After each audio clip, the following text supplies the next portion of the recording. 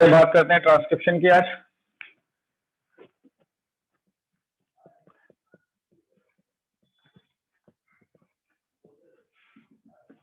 जी, transcription का मतलब क्या होता था? तो यहाँ पर क्या है कि डेट इज मैसेंजर आरएनए से किसका बनना है, यानी मैसेंजर आरएनए का ही बनना है। डेट इज डीएनए से किस चीज का बनना है? डेट इज मैसेंजर आरएनए भी हो सकता है या फिर टीआरएनए भी हो सकता है और या फिर आरआरएनए भी हो सकता है। लेकिन ट्रांसक्रिप्शन का मेनली जो मतलब है वो ये है कि ट्रांसक्रिप्शन से that is formation of messenger RNA, और ये मैसेंजर आरएनए आगे चल के प्रोटीन बनाएगा। ठीक है, तो अब हम यही देखते हैं कि किस तरीके से डीएनए से आरएनए का फॉर्मेशन हो रहा है। इस प्रोसेस को आप क्या नाम देंगे? That is called as a transcription. तो मैंने कहा कि अगर आप देखें तो ये डीएनए है,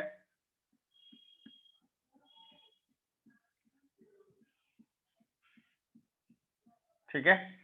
इस डीएनए में मैंने कहा कि यहां से लेकर यहां तक का यानी डीएनए जो है वो इन्वॉल्व होगा ट्रांसक्रिप्शन के लिए, यानी ये पोर्शन जो है वो आरएनए फॉर्म करेगा। मैं आपको दिखा भी दूं कि ये पोर्शन क्या फॉर्म कर रहा है, फिलहाल आरएनए फॉर्म कर रहा है। तो मैंने कहा कि ये पूरा का पूरा पार्ट कहलाता है that is called as a structural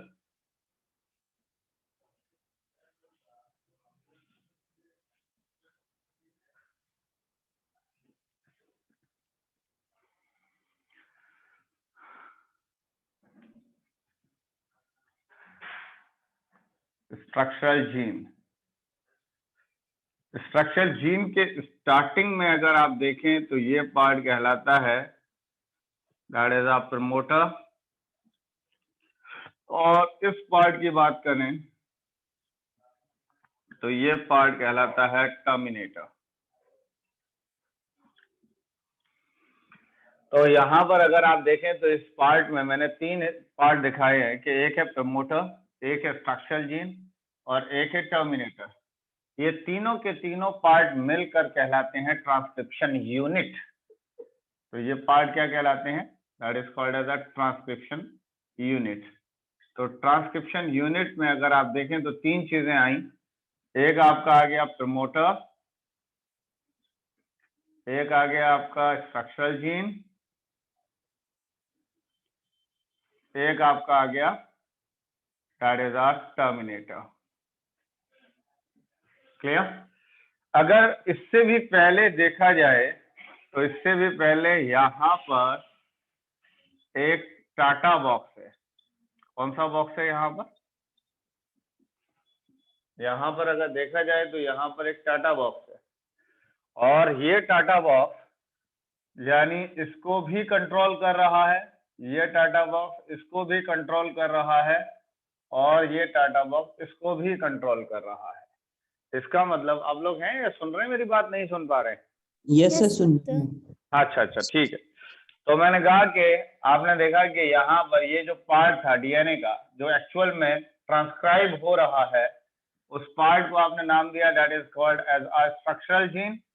structural gene से पहले अगर देखें तो दिस इज अ प्रमोटर, और स्ट्रक्चरल जीन के लास्ट में देखें तो दिस इज अ टर्मिनेटर। ठीक है, मैंने इन तीनों यूनिट को कह दिया कि this is the transcription unit. इस प्रमोटर से पहले एक और पार्ट है जिसको आप कहते हैं टाटा बॉक्स। ये बेसिकली एटी रिच रीजन है। कैसा रिच रीजन है? This is N eighty rich region. ठीक है, अच्छा, अब हुआ क्या कि ये हमको पता है कि यहाँ पर जो फॉर्मेशन होगा वो आरएनए का फॉर्मेशन होगा, और किससे फॉर्मेशन होगा? दैट इज डीएनए से। इसके लिए एक एंजाइम यूज होता है जिसको आप कहते हैं that is called as RNA polymerase. क्या नाम है इसका?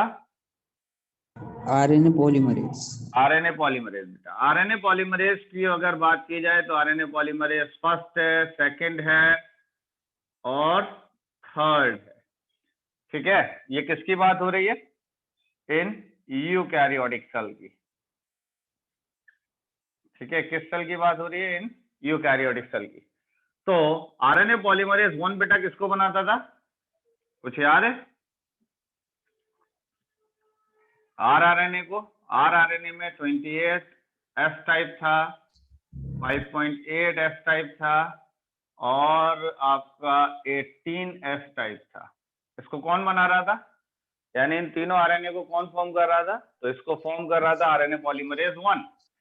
इसके बाद आइए आरएनए पॉलीमरेज सेकंड की, तो ये बना रहा था आपका that is a messenger RNA. Messenger RNA बना रहा था, इसका मतलब है this is primary transcript. Primary transcript या फिर आप कह लीजिए कि हेट्रोजेनस आरएनए को फॉर्म कर रहा था। इसी के साथ साथ अगर डीएनए आरएनए पॉलीमरेज थर्ड की बात करें तो ये बना रहा था आपका टीआरएनए को। टीआरएनए के अलावा अगर देखा जाए तो ये बना रहा था आपका 5S आरएनए को, 5S आरएनए को बना रहा था। और अगर देखा जाए तो दिस इज SN आरएनए को फॉर्म कर रहा था। SN आरएनए का मतलब है small nuclear RNA.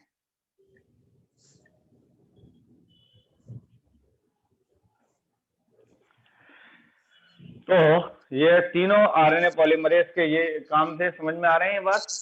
Yes sir. Okay बेटा, मैंने कहा कि आरएनए पॉलीमरेज को अगर मैं दिखाऊं तो बेटा ये है आरएनए पॉलीमरेज, ये आरएनए पॉलीमरेज है, ठीक है। आरएनए पॉलीमरेज जो है उसको यहाँ पर एक मैंने कहा कि this is a sigma factor. क्या है? Sigma factor. Sigma factor basically initiation factor है बेटा। सिग्मा फैक्टर कैसा फैक्टर है? ये इनिशिएशन फैक्टर है जो बेसिकली ट्रांसक्रिप्शन को स्टार्ट कराएगा। तो ये सिग्मा फैक्टर की अगर बात की जाए तो सिग्मा फैक्टर आके लग गया किसके साथ? किसके साथ आके लगा हुआ है सिग्मा फैक्टर? आरएनए पॉलीमरेज के साथ। आरएनए पॉलीमरेज के साथ लगा, और जब ये यहाँ पर गया तो यहाँ पर प्रमोटर वाली साइट पर जाके लगा, ठीक है। और यहाँ से इसने क्या किया कि इस बॉन्ड को बीच में से ओपन करना स्टार्ट किया, बीच में से ओपन करना। तो मैंने कहा कि आरएनए पॉलीमरेज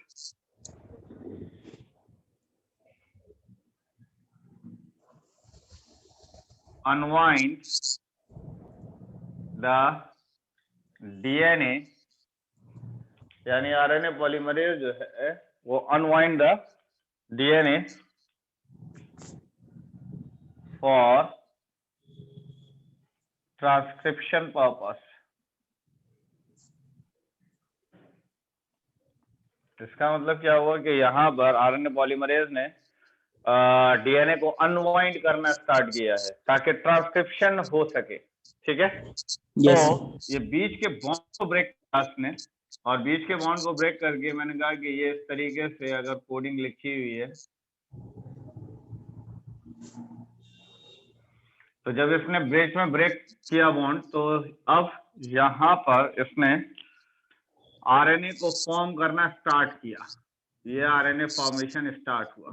आरएनए जब फॉर्म हुआ तो ये कुछ ऐसा लगा कि यहाँ पे U लगा है, यहाँ G लगा है, यहाँ C लगा है। इसी तरीके से यहाँ पे U लग गया, C लग गया और U लग गया, A लग गया। इस तरीके से यहाँ पर बॉन्ड बनते चले जा रहे, ठीक है। तो यहाँ पर अगर आप देखें तो आरएनए पॉलीमरेज ने किसको बनाना स्टार्ट कर दिया? ये कौन पहुंच गया यहाँ पर? ये पहुंच गया है आपका आरएनए पॉलीमरेज। कौन पहुंच गया? RNA polymerase. RNA polymerase. बेटा एक बात बताइए कि क्या ये वाला स्टैंड आरएनए बना रहा है या ये स्टैंड आरएनए बना रहा है? नीचे वाला। नीचे वाला। इसका मतलब जो स्टैंड बेटा आरएनए बनाता है हम उसको कहते हैं template. That is called as a template stand. Template stand का दूसरा नाम है बेटा नॉन कोडिंग स्टैंड। कौन सा stand?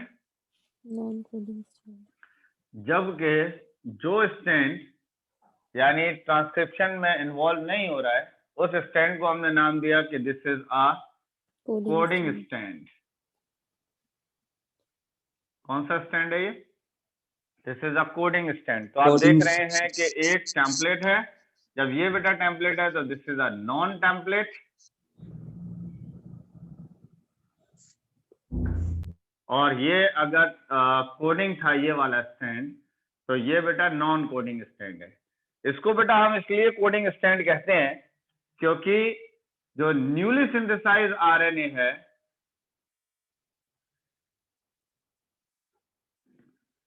RNA have the same coding as this RNA have। तो कोडिंग स्टैंड की अगर बात की जाए तो इस पर लिखा हुआ है कि न्यूली सिंथेसाइज आरएनए के पास सेम कोडिंग होगी जैसा कि इस आरएनए के ऊपर है, ठीक है, as this स्टैंड है। तो यहां तक कुछ बातें समझ में आ रही हैं? Yes sir. ठीक है बेटा, इनिशिएशन फैक्टर किसको कह रहे थे हम? Sir sigma, sorry sigma factor को। बेटा सिग्मा फैक्टर किससे जाके लगा था? आरएनए पॉलीमरेज से सर। आरएनए पॉलीमरेज से। और आरएनए पॉलीमरेज से लगने के बाद इसने किसको स्टार्ट करा दिया? सर इसने मतलब प्रमोटर को जाके लग जाता है वहां पर, और फिर उसने अनवाइंड करना स्टार्ट कर दिया। किसका अनवाइंड करना स्टार्ट कर दिया बेटा? सर डीएनए का। किस लिए? ताकि ट्रांसक्रिप्शन हो सके। Yes sir. ठीक है, तो यहां तक बात हुई। इसके बाद मैंने कहा कि जब ये आरएनए फॉर्म होने लगा बेटा, तो ये आरएनए पॉलीमरेज यहां तक पहुंचा। जब यहां तक आरएनए पॉलीमरेज पहुंचा है, तो अब धीरे धीरे ये पीछे से बेटा बॉन्ड टूट रहा है। ये पीछे से बॉन्ड टूटता चला जा रहा है, तो मैंने पीछे वाला बॉन्ड टूट रहा है। और ये आरएनए जो न्यूली सिंथेसाइज आरएनए था, ये न्यूली सिंथेसाइज आरएनए कुछ इस तरीके से होने लगा। क्या ये बातें समझ में आ रही हैं? Yes sir. अब ये धीरे धीरे आगे बढ़ने लगा। तो यानी यहाँ पर G हुआ, यहाँ पर C हुआ, यहाँ पर U हुआ। ये पीछे के इस तरीके से अगर देखा जाए तो बॉन्ड टूटते जा रहे हैं और आगे बॉन्ड जुड़ते जा रहे हैं।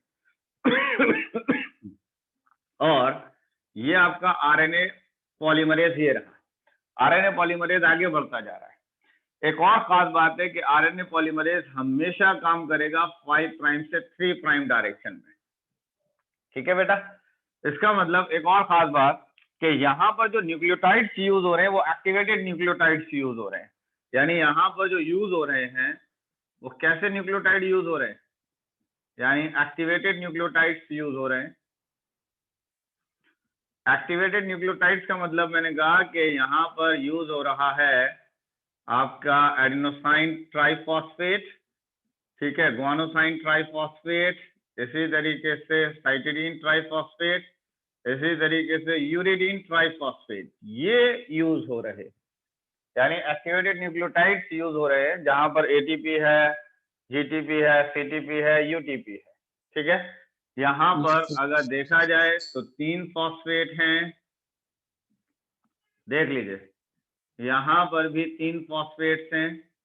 और जब 3 फॉस्फेट्स हैं बेटा तो ये कहलाता है activated nucleotides. Clear? Yes sir. सही है। इसके बाद मैंने कहा कि जब जब ये आरएनए पॉलीमरेज इस एक्टिवेटेड न्यूक्लियोटाइड को यूज करेगा तो देखिए ऐसे आएगा एक्टिवेटेड न्यूक्लियोटाइड के एटीपी आया, एटीपी के ऊपर आरएनए पॉलीमरेज ने एक्ट किया,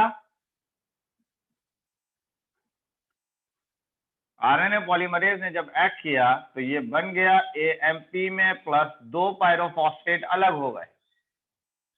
ये 2 पायरोफॉस्फेट अलग हुए, और जब 2 पायरोफॉस्फेट अलग हुए तो इससे जो एनर्जी रिलीज हुई है, देख रहे हैं आप एनर्जी रिलीज होते हुए कि एटीपी के अंदर कितने फॉस्फेट थे?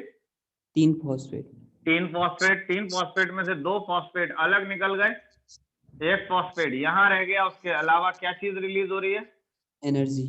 एनर्जी। ये एनर्जी बेटा यूज हो रही है इस बॉन्ड को बनाने में, इस बॉन्ड को बनाने में, इस बॉन्ड को। ये कौन सा बॉन्ड है? हाँ जी, तो यहाँ पे मैंने लिखा है कि used in formation of phosphodiester bond. तो किसको बनाने में यूज हो गई है ये एनर्जी? फॉस्फोडाइस्टर बॉन्ड को बनाने में। फॉस्फोडाइस्टर बॉन्ड को। ये बात आपको पता होगा कि जब ये आरएनए बनता है तो ये न्यूक्लियोटाइड है, ये न्यूक्लियोटाइड है, ये न्यूक्लियोटाइड, ये न्यूक्लियोटाइड, ये तो ये जो आपस में न्यूक्लियोटाइड जुड़े हुए हैं, जिस बॉन्ड से जुड़े हैं, इस बॉन्ड को आप क्या कहते हैं? Phosphodiester bond sir. Phosphodiester bond. तो बेटा फॉस्फोडाइस्टर बॉन्ड को बनाने के लिए जो एनर्जी आ रही है, वो एनर्जी कहाँ से आ रही है? सर एटीपी के ब्रेकडाउन से।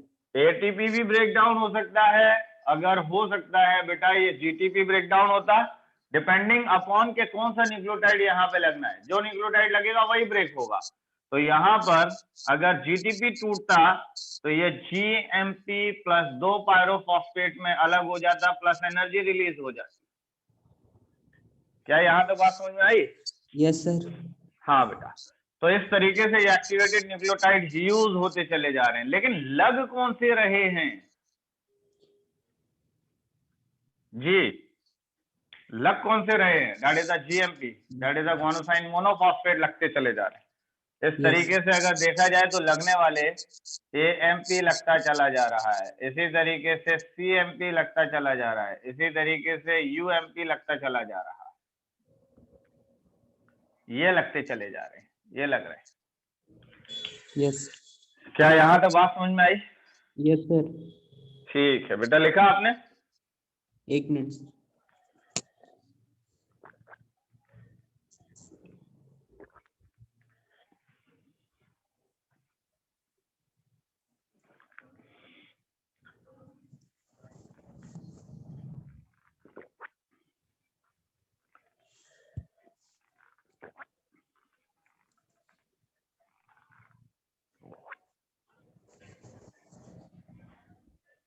Yes sir. ओके।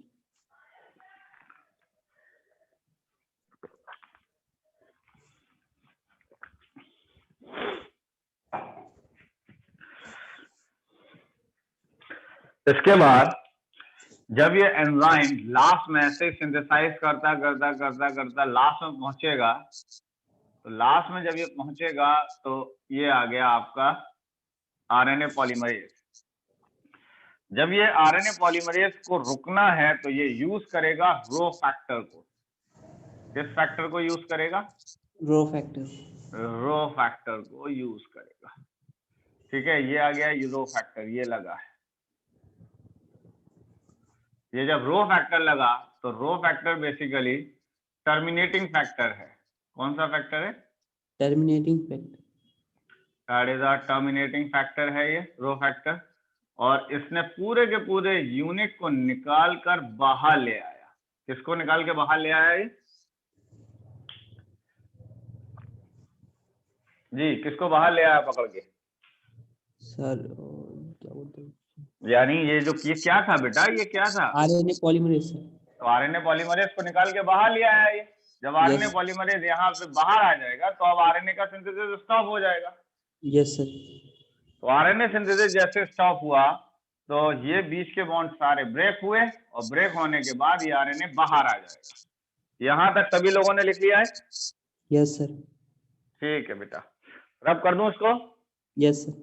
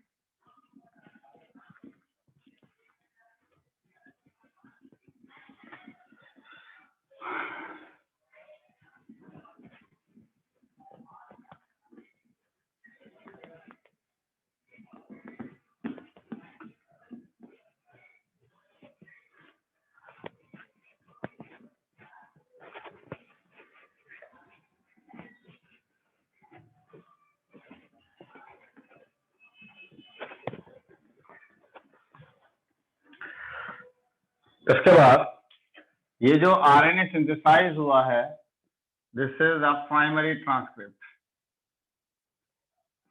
क्या है ये? इसको आप कहते हैं प्राइमरी ट्रांसक्रिप्ट। ठीक है, ये प्राइमरी ट्रांसक्रिप्ट 5 प्राइम से स्टार्ट हुआ है और 3 प्राइम पर ये एंड हुआ है। ठीक है, इस प्राइमरी ट्रांसक्रिप्ट में अब मॉडिफिकेशंस होगा। क्या होगा? That is the modifications. तो मैंने कहा कि मॉडिफिकेशन जब होगा तो ये मॉडिफिकेशन 3 तरीके से होगा। तो पहला मॉडिफिकेशन मैंने कहा स्प्लाइसिंग, दूसरा मॉडिफिकेशन मैंने कहा कि कैपिंग, और लास्ट है बेसिकली टेलिंग। तो मॉडिफिकेशन कितने तरीके के हुए हैं? एक है स्प्लाइसिंग, एक है कैपिंग, एक है टेलिंग। दैट इज टेलिंग बेटा। तो पहली चीज हमें ये समझना है कि जो प्राइमरी ट्रांसक्रिप्ट है, इस प्राइमरी ट्रांसक्रिप्ट में मैंने कहा कि ये पोर्शन कुछ ऐसा पोर्शन है कि जो किसी अमाइनो एसिड के लिए या किसी आगे प्रोटीन सिंथेसिस के लिए रेस्पॉन्सिबल नहीं है। ये पोर्शन रेस्पॉन्सिबल नहीं है। तो जो पोर्शन रेस्पॉन्सिबल नहीं है हम उनको कहते हैं बेटा इंट्रॉन्स। तो ये रहे इंट्रॉन्स। ठीक है, तो मैंने यहां आगे लिख भी दिया कि do not involve in protein synthesis. क्या मतलब हुआ इस बात का? प्रोटीन बनाने में मदद नहीं करते, यानी प्रोटीन बनाने में इनका कोई खास रोल नहीं है, और अगर नहीं है तो ये कहला रहे हैं बेटा इंट्रॉन्स। ठीक है,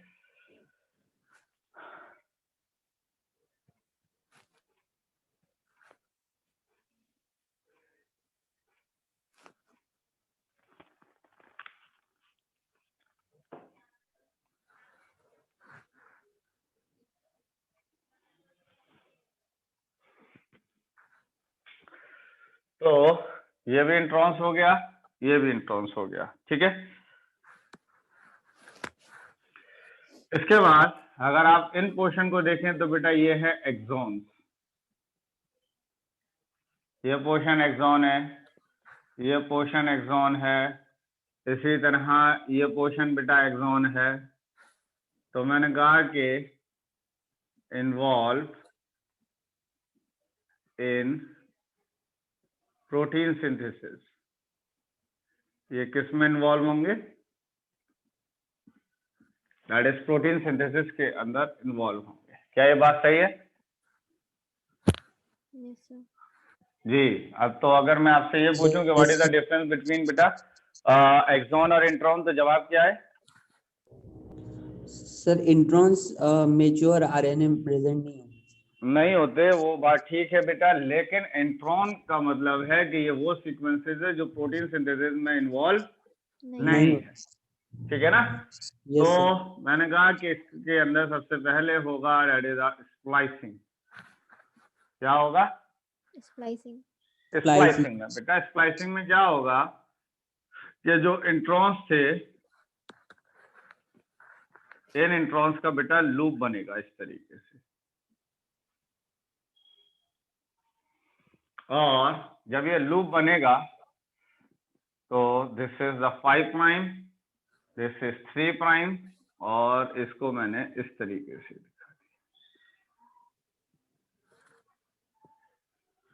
ये लूप दिखा दिया। ये मैंने कहा कि ये दोनों हैं इंट्रॉन लूप्स। क्या है ये? These are intron loops. ठीक है, और ये पोर्शन क्या था? एक्सॉन। ये पोर्शन एक्सॉन, ये पोर्शन आपका एक्सॉन। उसके बाद मैंने कहा कि अब अगर देखें आप तो this is 5 prime, this is 3 prime, plus एक ये लूप, प्लस एक ये लूप।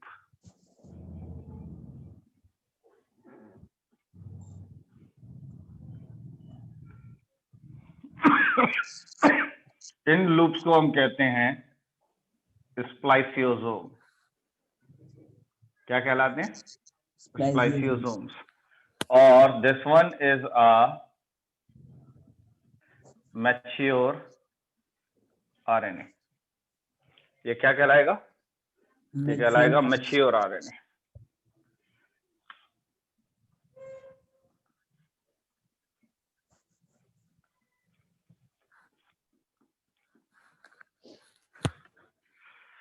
क्लियर हुई बात? ओके। अगर बेटा मैं स्प्लाइसिंग कहूं तो इसका क्या मतलब हो जाएगा? तो इसका मतलब होगा removal of introns to form mature RNA which involve in protein synthesis.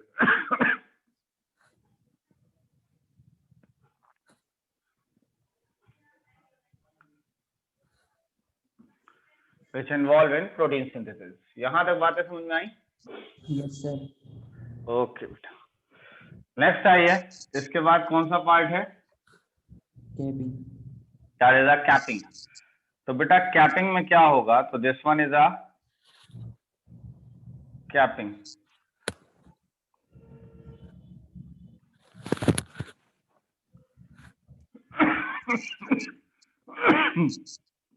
Capping में 7-methyl guanosine ट्राइफॉस्फेट जुड़ता है बेटा। क्या चीज जुड़ रहा है? 7-methyl guanosine triphosphate. तो आपने कह दिया कि that is a joining of 7-methyl guanosine triphosphate.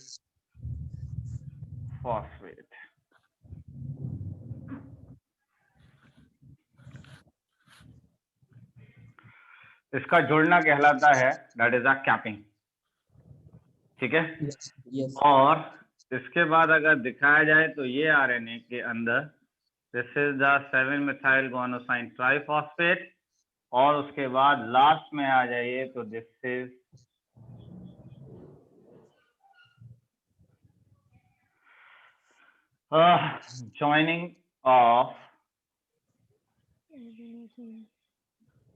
joining of poly A tail, ठीक है, at 3' position, at 3' position, ठीक है। Yes sir. This is called as tailing. This is called as tailing. यहाँ तक कंप्लीट हुआ आप लोगों का? Yes sir. रब कर दूं इसको? सर रुकिए एक सेकंड। हाँ हाँ हाँ हाँ। सर इंट्रॉन्स का किसी ऑर्गेनिज्म में कोई काम नहीं होता है? नहीं बेटा, इंट्रॉन्स का कोई काम नहीं है। एक और चीज मैं आपको बता दूं कि एक टर्म आती है बेटा स्प्लिट जीन। कौन सा gene? Split gene. Split gene. तो मैंने कहा कि the gene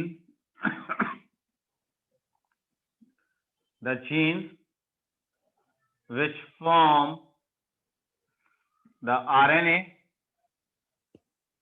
having exon and introns both, ठीक है। तो स्प्लिट जीन किसको कहेंगे? ऐसा आरएनए जिसके अंदर क्या क्या है? इंट्रॉन एक्सॉन दोनों। एक्सॉन और इंट्रॉन दोनों प्रेजेंट होगा, और अगर दोनों प्रेजेंट है तो ये क्या कहलाएगा? Split gene. यस।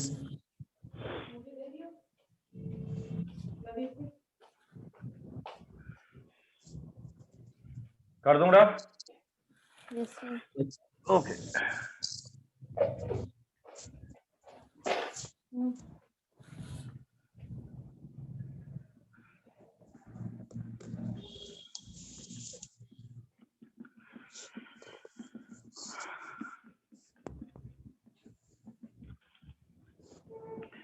सर अगले टेस्ट में कौन सा चैप्टर आएगा?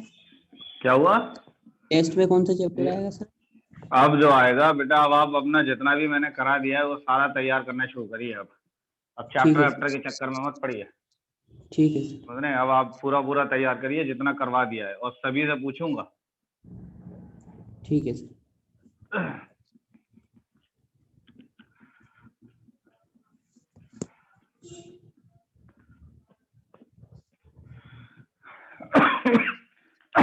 मैंने कहा कि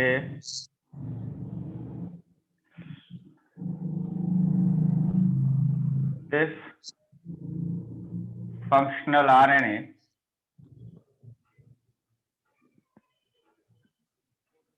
involved in the formation of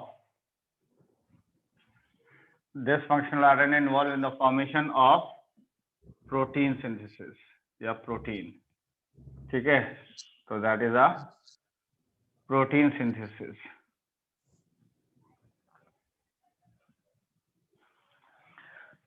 क्या ये बात समझ में आई? Yes sir. ओके। तो जो फंक्शनल आरएनए है अब वो किसमें इन्वॉल्व होगा? प्रोटीन सिंथेसाइज में। प्रोटीन सिंथेसिस के अंदर इन्वॉल्व होगा, ठीक है? यस।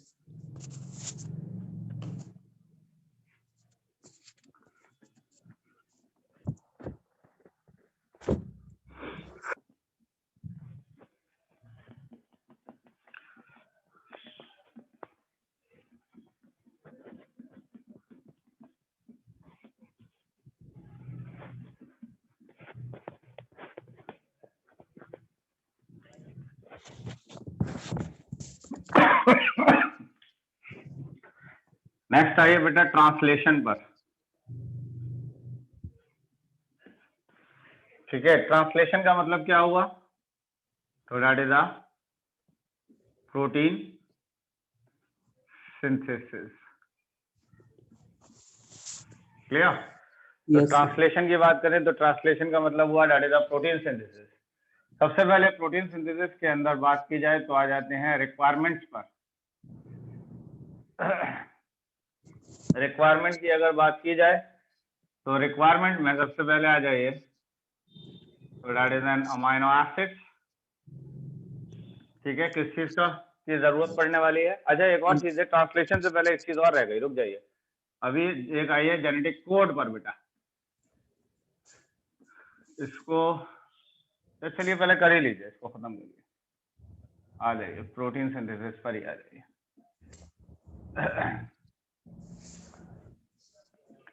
ठीक है, इसमें अगर रिक्वायरमेंट की बात करें हम तो रिक्वायरमेंट में बेटा क्या क्या आ जाएगा? Amino acid. अमाइनो एसिड के अलावा अमाइनो एसिड के अलावा बेटा आ जाएगा टीआरएनए, इसके अलावा आ जाएगा एमआरएनए, इसके अलावा आ जाएगा राइबोसोम्स,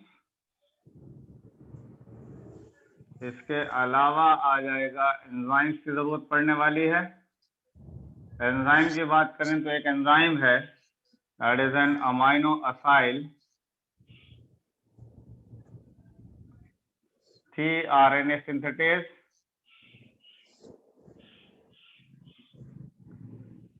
ठीक है? एक और मैंने नाम दिया that is a peptidyl transferase,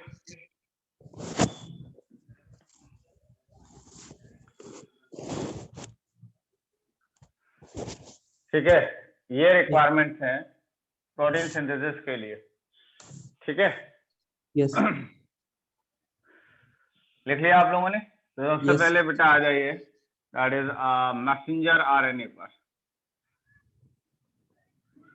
तो मैंने कहा कि अगर मैसेंजर आरएनए में दिखाऊं तो बेटा मैसेंजर आरएनए अभी आपको मैंने दिखाया था कि ये यहाँ पर 7-methyl guanosine ट्राइफॉस्फेट लगा हुआ था, यस। याद है? Yes sir. और यहाँ पर पॉली ए टेल लगा हुआ था। ये कौन सा प्राइम था? दैट इज 3' या कौन सा प्राइम था? 5 प्राइम।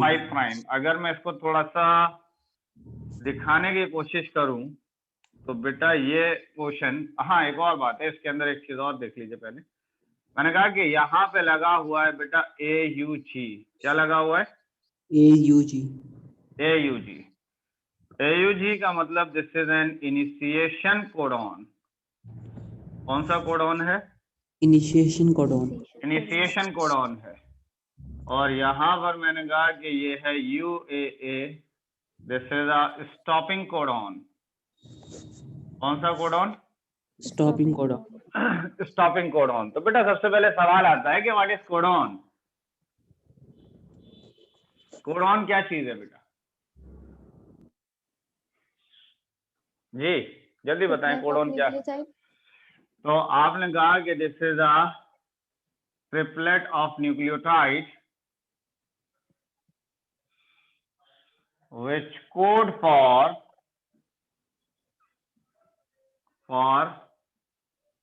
single amino acid। क्या ये बात सही है कि ये ट्रिपलेट ऑफ न्यूक्लियोटाइड है जो कि किसको कोड करेगा? Single amino acid. Single amino acid को। ठीक है, तो मैंने कहा कि अब आते हैं हम इनिशिएशन कोडॉन पर। इनिशिएशन कोडॉन की बात करें तो इसका मतलब this is a starting codon. कौन सा कोडॉन है ये? AUG। Starting codon. और स्टार्टिंग कोडॉन कौन सा होता है? AUG। और AUG स्टार्टिंग कोडॉन भी है। इसके अलावा ये किसको कोड करता है? तो इसके अलावा ये कोड करता है मेथियोनिन को। किसको कोड करेगा? मेथियोनिन। मेथियोनिन को। इसके बाद अगर मैं बात करूं स्टॉपिंग कोडॉन की तो ये आ जाइए, this one is a stopping codon. तो आपने कहा कि do not code for any amino acid. यानी क्या मतलब हुआ कि ये किसी अमाइनो एसिड को कोड नहीं करता है, but stop the protein synthesis. किसको स्टॉप करा देगा ये? Protein synthesis. प्रोटीन सिंथेसिस को स्टॉप करा देंगे। कौन? सर ये स्टॉपिंग कोडॉन। Stopping codon. और स्टॉपिंग कोडॉन बेटा कौन कौन से हैं? तो एक है UAA, एक है UGA, एक है UAG। समझ रहे हैं? Yes sir. तो कितने कोडॉन से स्टॉपिंग कोडॉन? 3 codon sir. 3 है। एक क्या है बेटा? UAG sir. UAA, एक है UAG और एक है UGA। UGA। इसको याद करने का तरीका है बेटा, you are awesome, you are good, you are good and awesome. समझे? Yes sir. यानी कैसे याद करेंगे आप इसको? ट्रिक से। जी क्या है ट्रिक? यू आर इसको ऑसम। जी, you are awesome, you are good, you are good and awesome.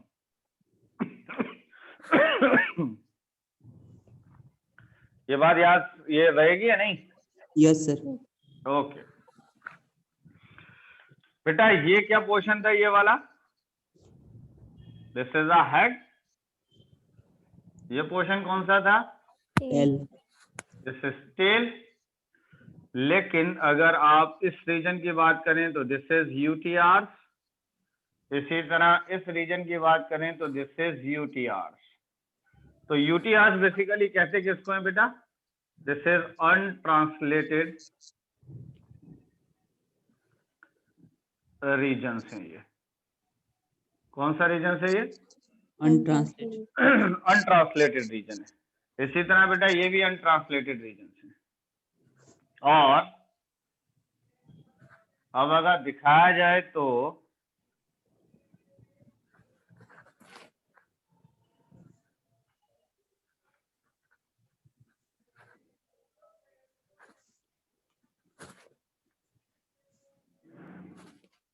इस तरीके से बेटा मैंने मैसेंजर RNA को दिखाया है। यस जिसके अंदर ये पोर्शन बेटा हेड रीजन है, ये वाला कौन सा रीजन है, हेड, हेड Head region. और ये वाला portion this is the initiation codon, और बेटा ये अनट्रांसलेटेड रीजन है, दिखाई दे रहा है। यस सर यहाँ पर सारे के सारे कोडॉन्स प्रेजेंट हैं, क्या प्रेजेंट हैं, Codons. और इसकी अगर बात की जाए तो बेटा ये स्टॉपिंग कोडॉन है, और ये वाले की बात की जाए तो this is a untranslated region, इसकी बात की जाए तो दिस इज अ टेलिंग, या टेल कहिए, नॉट टेलिंग बल्कि टेल है। ये क्या चीज बन गया ये, सर हाँ जी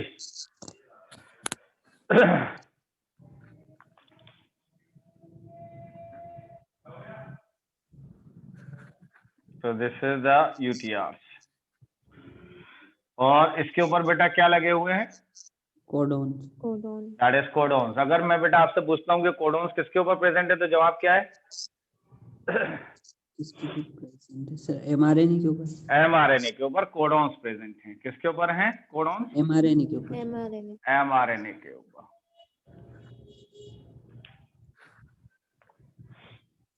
रब कर दूं, 1 मिनट सर हाँ बेटा करिए।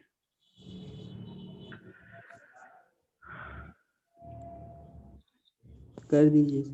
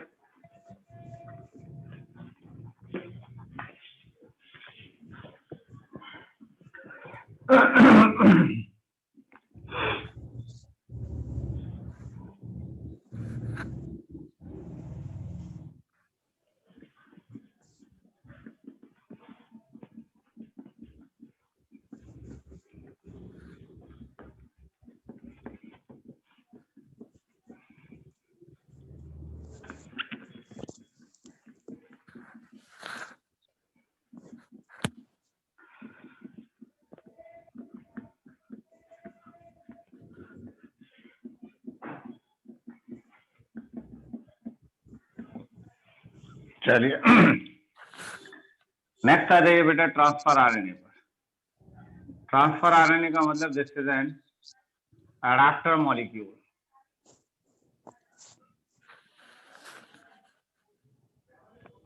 एडाप्टर मॉलिक्यूल है, मैंने कहा कि this is a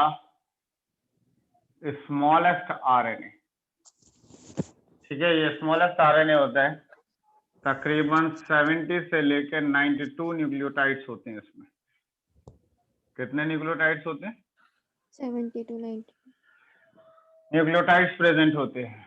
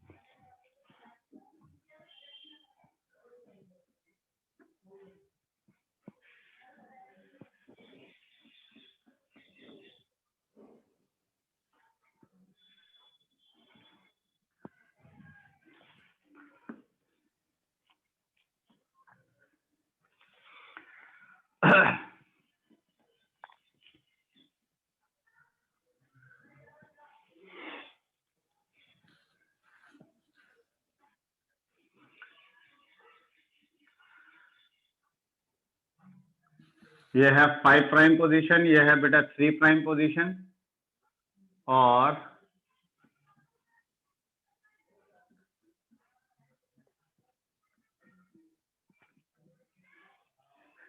this one is a tRNA। इस tRNA में बात की जाए तो बेटा ये कहलाता है आपका एंटी कोडॉन लूप। कौन सा लूप कहलाएगा? Anticodon anticodon loop. ये कहलाएगा बेटा टी साइज सी लूप। कौन सा लूप? T side C loop. और ये कहलाएगा DHU loop. This is the dihydroxy uridine loop. कौन सा लूप? Dihydroxy uridine loop. ठीक है। Yes sir. T side C loop used to bind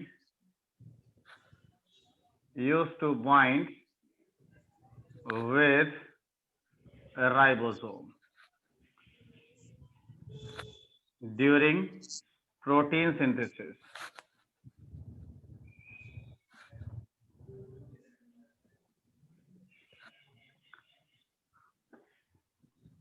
क्या मतलब हुआ इस बात का?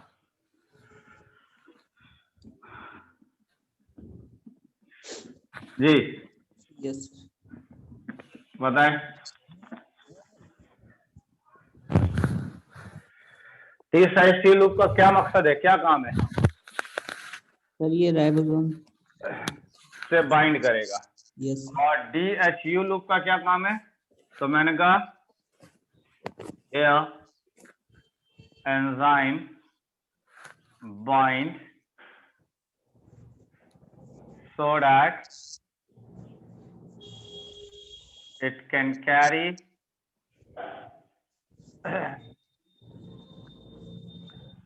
amino acid.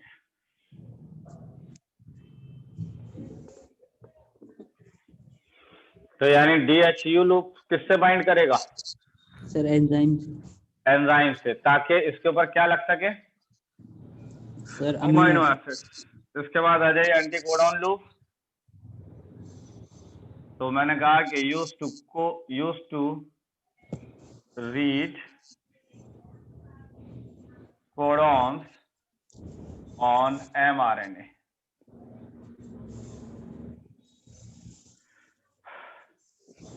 ये एक साइट है, देख लीजिए कौन सी प्राइम पर है ये वाली?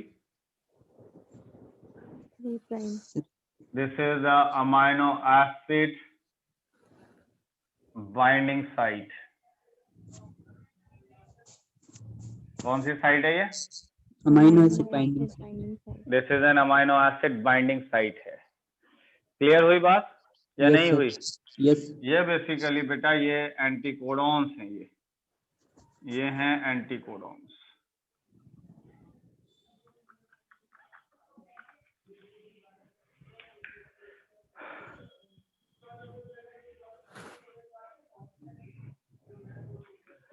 हो गया? Yes sir. ओके।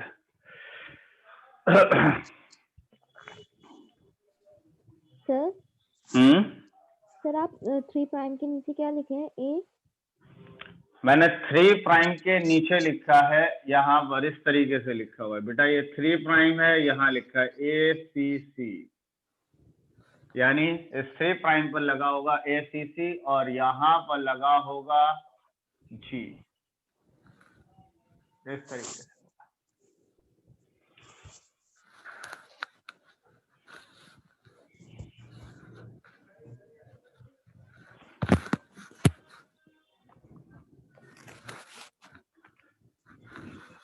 कंप्लीट हुआ? Yes okay. तो नेक्स्ट आइए बेटा राइबोसोम पर। अगर राइबोसोम की बात की जाए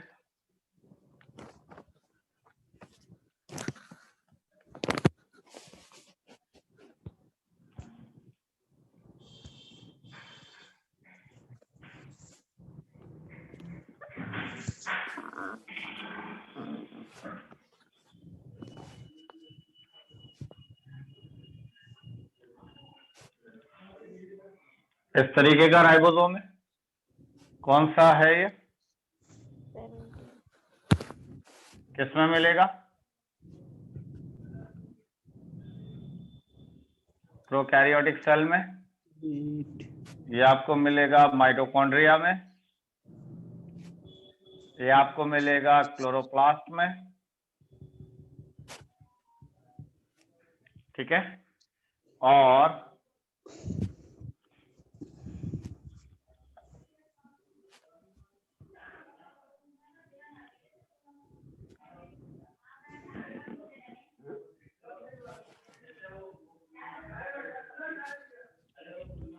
इस तरीके से अगर देखा जाए तो this one is a 80S type ribosome.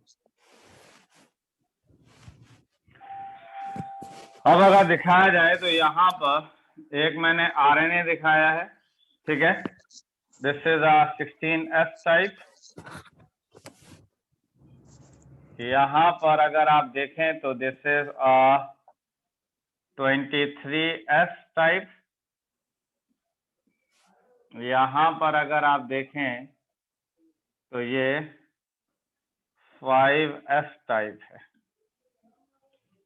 और उसके अलावा यहाँ पर अब राइबोसोम में आप देखें तो ये और ये प्रोटीन्स हैं, क्या है, प्रोटीन्स हैं। तो ये बताइए कि राइबोसोम बेसिकली किस किस से मिलकर बना है बेटा,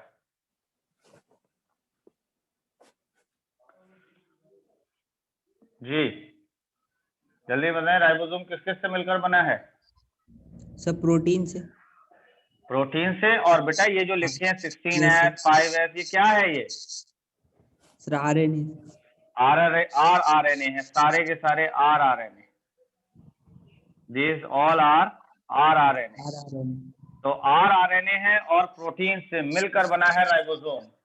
तो कह दिया मैंने कि this is equal to RNA plus protein, और जब दोनों मिल गए तो हमने नाम दिया दैट इज अ राइबोन्यूक्लियोप्रोटीन।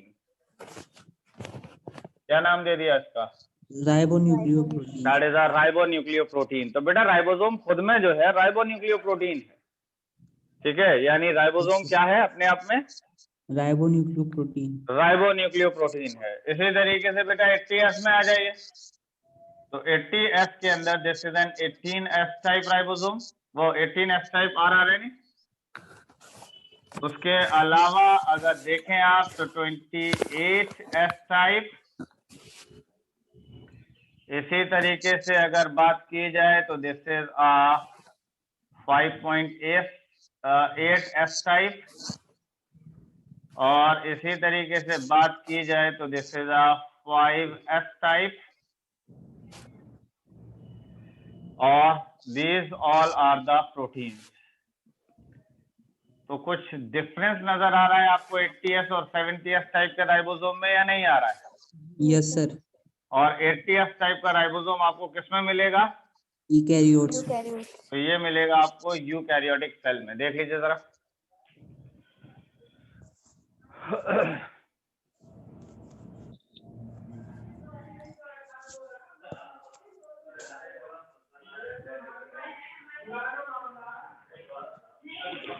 ठीक है, यस सर। बना लिया। एक तो ये बताइए कि राइबोसोम में बेटा क्या क्या चीजें हैं? सर RNA है और प्रोटीन। RNA है और प्रोटीन है। और जब ये दोनों मिल गए तो बेटा ये क्या कहलाने लगे? Sir ribonucleoprotein. They are called as a ribonucleoprotein। ठीक है, रब कर दूं? यस कर दीजिए।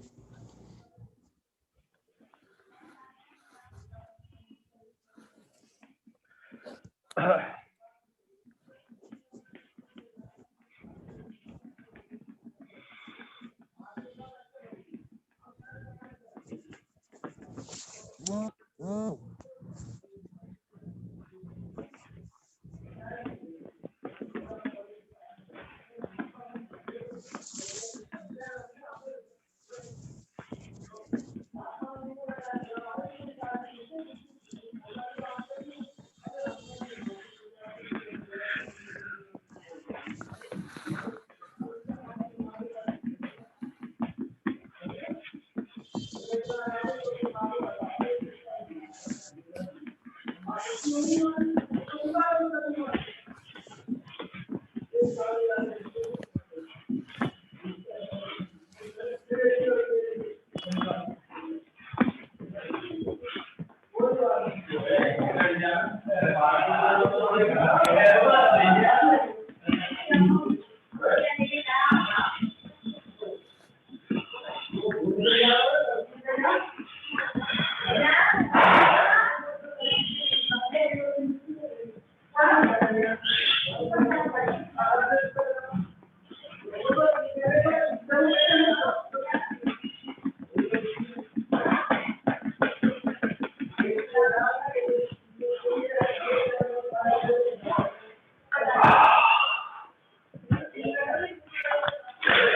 आइए बेटा ट्रांसलेशन पर। रिक्वायरमेंट में बता ही चुका हूं ट्रांसलेशन के लिए क्या क्या चाहिए। तो ट्रांसलेशन का मतलब क्या था? तो that is a protein synthesis. ठीक है, मैंने कहा Yes, कि sir. सबसे पहले अगर देखा जाए तो बेटा this one is a messenger RNA, और मैसेंजर आरएनए अगर आप देखें तो मैसेंजर आरएनए से सबसे पहले ये बाइंड किया है। दिस इज द स्मॉलर सब unit,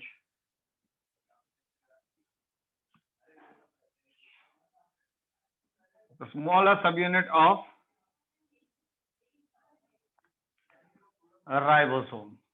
this is the smaller सब यूनिट ऑफ राइबोसोम है।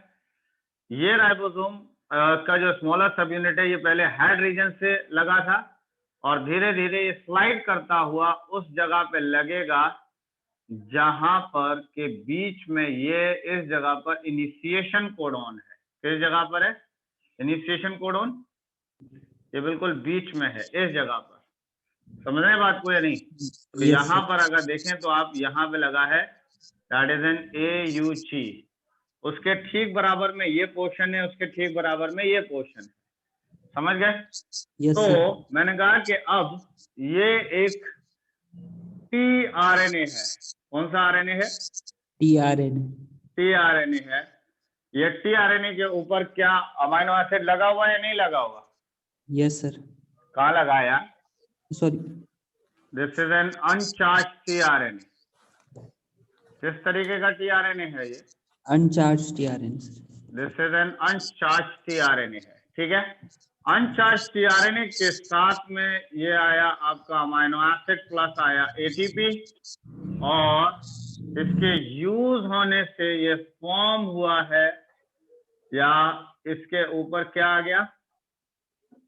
Amino acids.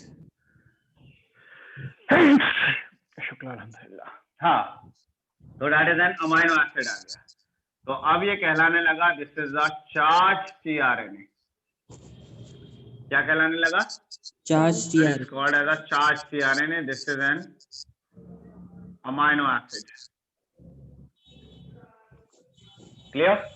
Yes, sir. अब स्मॉलर सब यूनिट आपने देखा कि हेड रीजन से बाइंड किया था, और बाइंड करते करते करते करते यानी बाइंड करते करते आपने देखा कि स्लाइड करते हुए कहां पे पहुंच गया है, यानी जहां पर इनिशिएशन कोडॉन था, इनिशिएशन कोडॉन जहां पर है उस पर आकर ये आपका tRNA लगा, जिसके सर पर एक अमाइनो एसिड लगा हुआ था और इस पर लगा हुआ था UAC।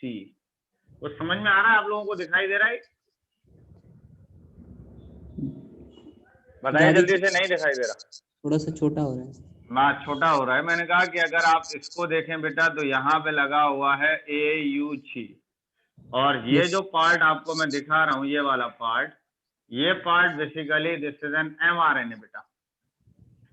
ये स्मॉलर सब यूनिट है और इसके ऊपर एक और tRNA आया, ये आया जिस पर लगा हुआ है UAC, और इसके सर पर ये एक अमाइनो एसिड बैठा हुआ है।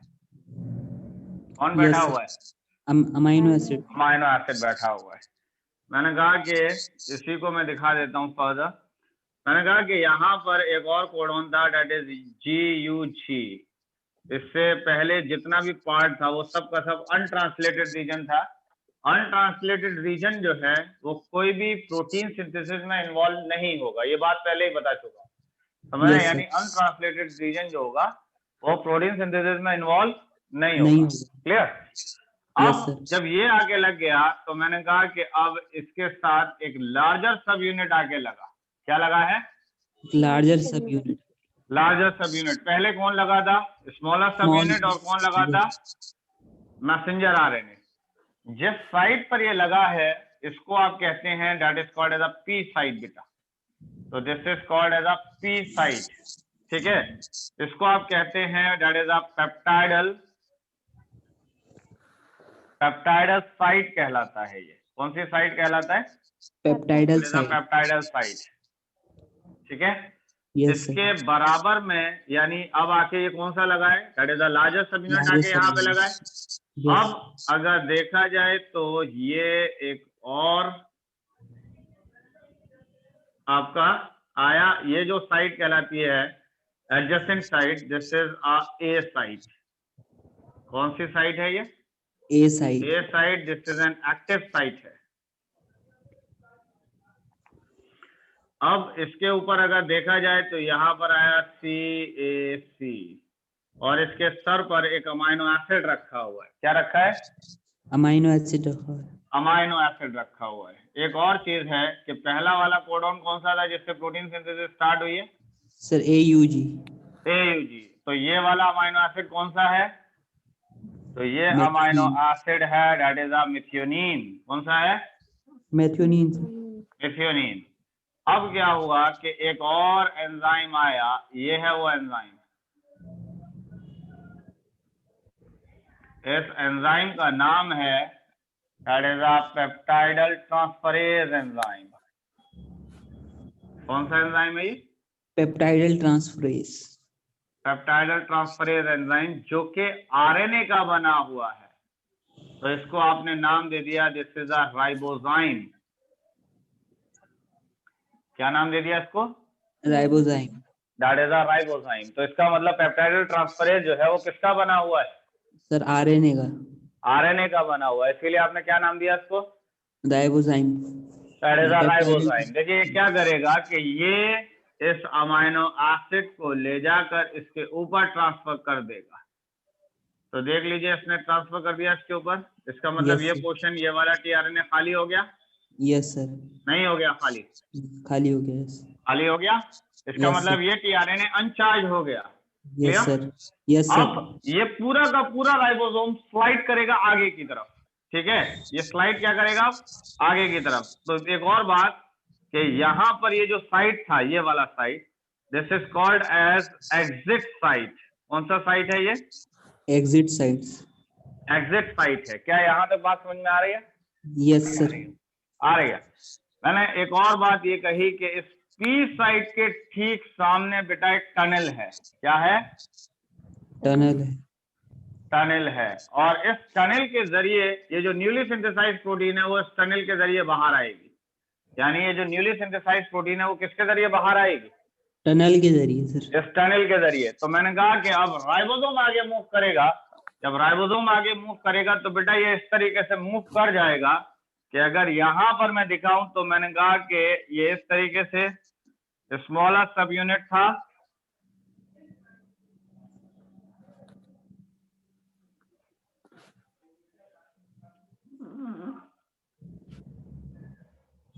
ठीक है?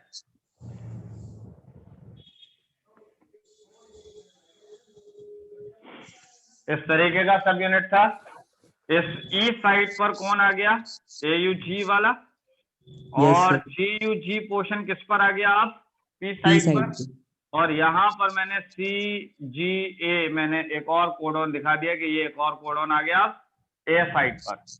और जब ये राइबोसोम शिफ्ट किया तो आपको पता है कि ये tRNA ये वाला CAC आ गया इस तरीके से। आया? Yes sir. और यहाँ पर खाली वाला tRNA लगा हुआ था जिसको हमने नाम दिया था UAC। ये और इसके ऊपर अगर दिखाया जाए तो ये एक इस तरीके से इस लार्जर सब यूनिट इसके ऊपर लगा हुआ था। Yes sir. नहीं लगा था? लगा था सर। लगा था। ये खाली वाला बेटा ई साइड से निकलकर बाहर चला जाएगा, ये चला गया बाहर, तो इसका मतलब ये आ गया बाहर। अब क्या हुआ कि ये जो खाली था इसके ऊपर फिर से बेटा एक और टीआरएनए आया अपने सर पर एंजाइम अमीनो एसिड को लेकर। Yes sir. मैंने फिर यहाँ पर ये एंजाइम कौन सा था, पेप्टाइडल ट्रांसफरेज। Yes sir. इसने क्या किया कि यहाँ से इसको फिर से ट्रांसफर किया और यहाँ पर ऐसे करके इस अमीनो एसिड को ट्रांसफर कर दिया। Yes sir. ठीक है, और अब ये फिर से स्लिप करेगा राइबोसोम, और अब इससे क्या होगा कि ये वाला पोर्शन फिर से यहाँ आ जाएगा, ये खाली वाला फिर से यहाँ आ जाएगा, और ये पोर्शन जो था ये चला जाएगा पी पर। ये किस पे चला जाएगा, पी पर। ये खाली वाला किस पे चला जाएगा, ई पर, और ए वाला फिर से अंदर आ जाएगा। और इसी तरीके से आप देख रहे हैं कि लगातार प्रोटीन सिंथेसाइज होती चली जाएगी। यहाँ तक कुछ समझ में आ रही है कहानी? प्रोटीन सिंथेसाइज इसी तरीके से सिंथेसाइज होती चली जाएगी, और जो न्यूली सिंथेसाइज प्रोटीन है वो इस टनल से बेटा बाहर आ रही है, इस टनल से बाहर आ रही है। ये न्यूली सिंथेसाइज प्रोटीन दिखाई दे रही है? Yes sir. ये इसलिए बेटा इस टनल से बाहर आ रही है ताकि ये प्रोटीन बच सके बाहर के एंजाइम से। यानी ये जो प्रोटीन आ रही है यहां से निकलकर इस टनल से, वो प्रोटीन जो है प्रोटेक्शन चाह रही है एंजाइम से। अगर ये प्रोटीन अगर बाहर साइटोप्लाज्म में होती, साइटोप्लाज्म में, तो इसको एंजाइम कट कर देते और बहुत जल्दी से इसको खत्म कर देते। इससे पहले कि ये प्रोटीन के ऊपर कोई एंजाइम काम करे, तो इसके ऊपर एक काम करते हैं चेपरॉन्स। कौन काम करता है? चेपरॉन्स। और चेपरॉन्स इस प्रोटीन को मॉडिफाई कर देंगे। यानी मैंने कहा कि modify the protein so that it can protect from enzymes। यानी ये प्रोटीन किससे बची रहेगी? एंजाइम से। एंजाइम से। तो चेपरॉन ने क्या काम किया बेटा? सर प्रोटीन को मॉडिफाई कर दिया। प्रोटीन को मॉडिफाई कर दिया। क्यों मॉडिफाई कर दिया? एंजाइम से बचने के लिए। एंजाइम से बचने के लिए। किसने किया था? चेपरॉन ने सर। चेपरॉन ने। यहां तक बेटा बात समझ में आ गई? Yes sir. ओके बेटा, आज इसको यहीं तक रखते हैं, फिर अगली टर्न पे स्टार्ट करेंगे आगे। ठीक है। ठीक है, कंप्लीट किया? यस। Yes sir. ओके, सभी का हो गया? Yes sir.